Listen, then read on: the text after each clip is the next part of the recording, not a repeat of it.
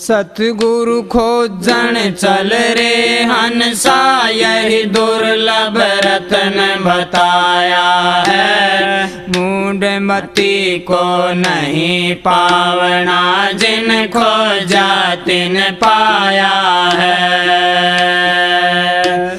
सतगुरु कंवर साहब ने दिया विचारी, भेद खोल समझाया है। तेरा साहब है तुझ भीतर, बाहर झूठी माया है। सारे कारज छोड़ रे मनवा, सतगुरु खोजन चाल रे।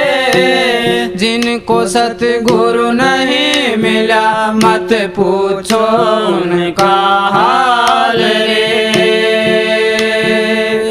सारे कारज छोड़ रे मनवा, सतगुरु खोजन चाल रे। जिनको सतगुरु नहीं मिला, मत पूछो उनका हाल रे। गुरु राग है गुरु रागनी, गुरु बिना कौन दुख हरे। गुरु ही दर्पण गुरु के दर्शन, गुरु नाम से काल डरे। गुरु राग है गुरु रागनी, गुरु बिना कौन दुख हरे। गुरु ही दर्पण गुरु के दर्शन, गुरु नाम से काल डरे। सारे कारज छोड़ रे मनवा, सतगुरु खोजन चाल रे। जिनको सतगुरु नहीं मिला, मत पूछो उनका हाल। कल की बात रात नहीं आनी, बीत गई सो बीत गई। आगे की सुध सोच विचारो, ये सतगुरु ने सीख दई।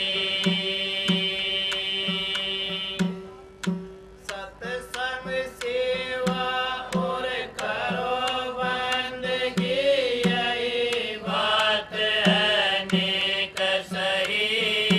कंवर कदर करो वक्त की, अवसर मिलता फिर नहीं।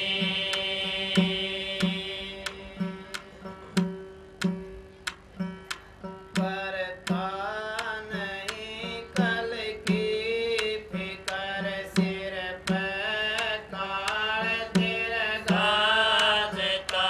करता नहीं कल की फिकर, सिर पे काल तिरगा देता।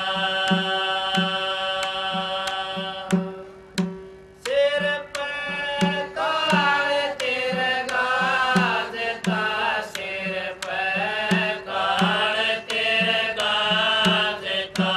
करता नहीं कल की फिकर, सिर पे काल तिरगा देता।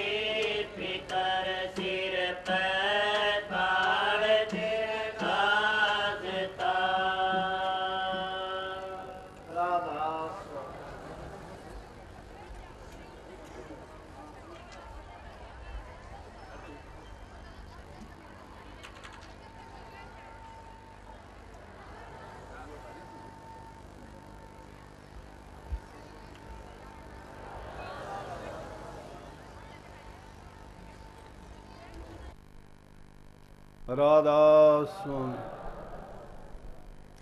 राधा स्वामी दयाल की दया, राधा स्वामी सहाय, राधा स्वामी। प्यारे सत्संगी जनों, माताओं, बहनों, बुजुर्गों, नौजवान साथियों, जो भी सत्संगी प्रेमी सत्संग के लिए यहाँ पधारे हैं, जितनी समय सत्संग होता है सत्संग लाभ उठाएं।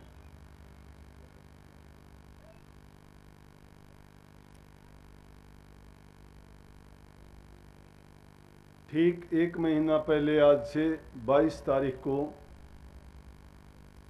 आपके रोहतक केंद्र में सत्संग हुआ था।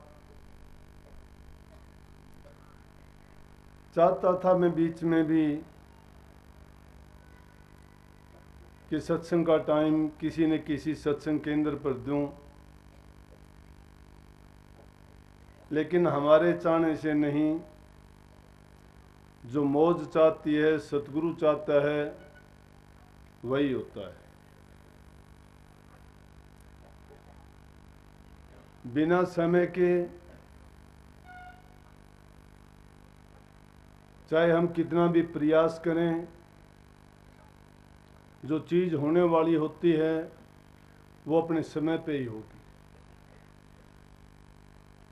जैसे कया धीरे धीरे रे मना, धीरे सब कुछ होए, माली सींचे सो घड़ा, ऋतु आए फल होए।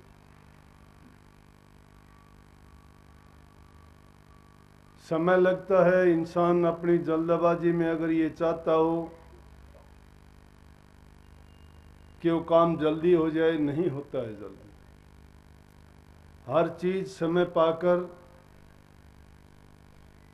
अपने ठीक समय पर फलती है, फूलती है और अपना परिणाम देती है। पिछली साल यहाँ के केंद्र पर सत्संग नहीं हुआ था। उसका कारण था कि 4 दीवारी सामने से कुछ तोड़फोड़ का काम हो गया था, इसलिए नहीं हुआ। और ये जरूरी भी नहीं है कि हर केंद्र पर हर साल सत्संग हो, क्योंकि जब आश्रम बढ़ते चले जाते हैं, ये बात तो है नहीं कि नहीं होता। आपको 10-15 किलोमीटर के एरिया में, 20 किलोमीटर के एरिया में हफ्ते 10 दिन में सत्संग मिल जाता है। लेकिन फिर भी सत्संगियों में जो सत्संग की भावना होनी चाहिए,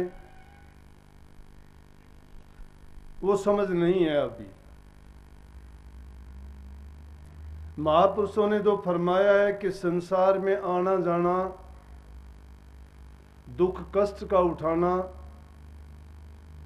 उल्टे सीधे कर्मों का फल अपने सिर पर बोझ बनाना, ये किस कारण से होता? मैं और मेरी के कारण होता है। अगर सत्संगी होके भी इसका अर्थ नहीं समझते हैं या उन चीज़ों का पालन करना नहीं चाहते हैं, तो चाहे वो सत्संग में आए, चाहे वो नाम लें या ना लें, उनका बराबर है। क्योंकि जब तक हम में परिवर्तन नहीं आया है, जब तक हमने उन भावनाओं को त्यागा नहीं है, जब हमारे दिल में समानता की भावना नहीं है, तब तक समझो कि हम सत्संग के लायक भी नहीं हुए। डॉक्टर साहब ने ठीक फरमाया है कि जब हम सत्संग के वचनों को मानेंगे ही नहीं, तो हमें सत्संग का क्या फल मिलेगा?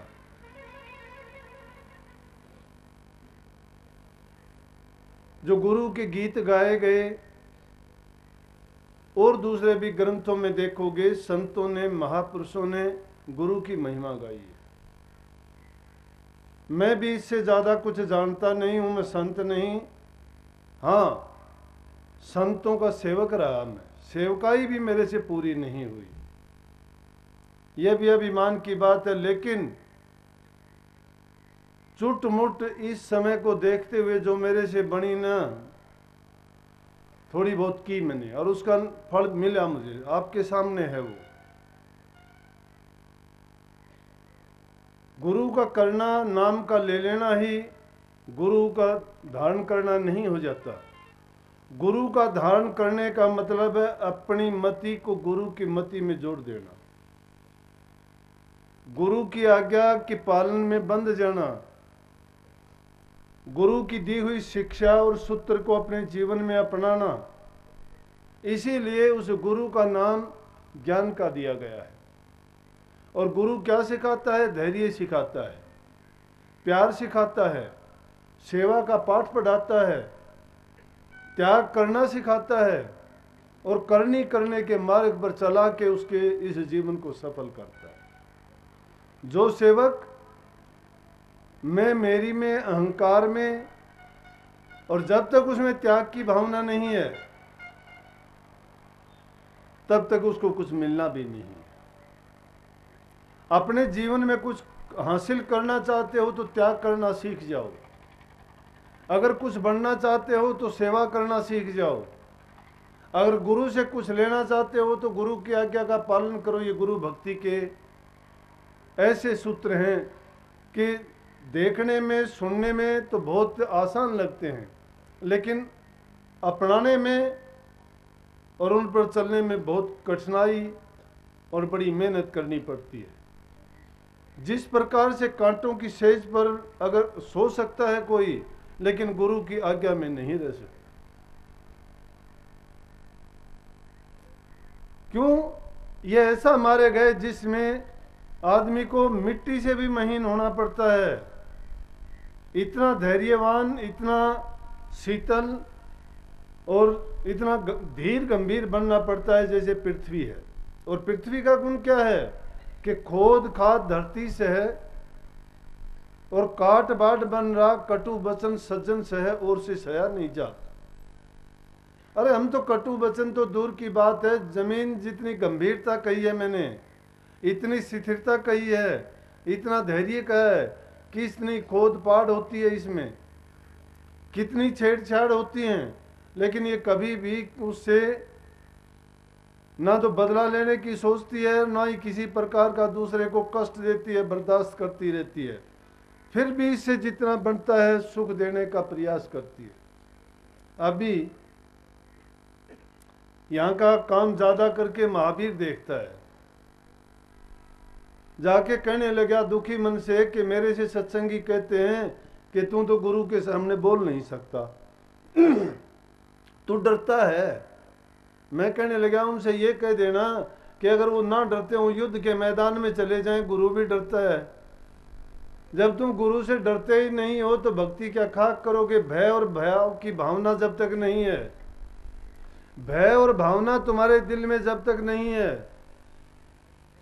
मेरे पास ना तो कोई जेल है, ना मेरे पास कोई पुलिस है, ना मेरे पास कोई ऐसी फोर्स है कि आप अगर मेरी बात को नहीं मानोगे तो मैं आपको पकड़ के जेल में थोड़ा बंद कर दूंगा, आपको कोई सजा थोड़ी दे दूंगा।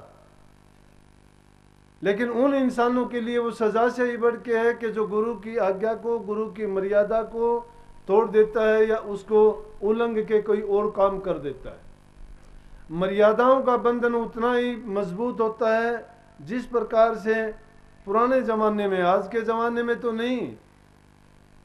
हमारे देश की तो परंपरा ये रही थी कि एक बार जब वचन दे दिया तो उसके बाद उसका जीवन जा सकता था। अपने वचन को कभी वो नहीं तोड़ते थे, वचन का पालन करते थे।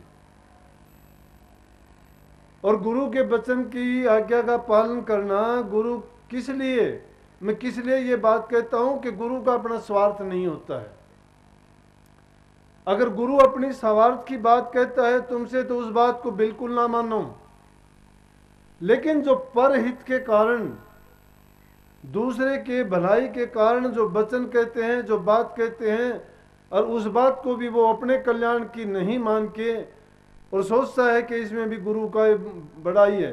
कई लोग कह देते हैं कि जाओ मैंने छोड़ दिया, नाम छोड़ दिया, 1000 बार छोड़ो, नाम छोड़ने से छूटता थोड़ा है। और छोड़ देगा तो किसका, दूसरे का किसका, उसने क्या बिगाड़ना है। लेकिन बात मैंने बताई थी, जब तक भाव नहीं है, भाव मुनाफा देता है। इंसान के दिल में ये भाव और भावना होनी चाहिए कि जिसने गुरु को पूरी अपने विश्वास से, श्रद्धा से अगर परमात्म रूप समझ लिया है, तो गुरु उसके लिए परमात्म रूप होके प्रकट होके उसके काम करेगा। लेकिन अगर गुरु के प्रति उसकी भावना और भाव उसका नहीं है, तो बिना भाव के तो कोई चीज़ का भी मूल्य नहीं मिला करता, उसको मिलना ही क्या था।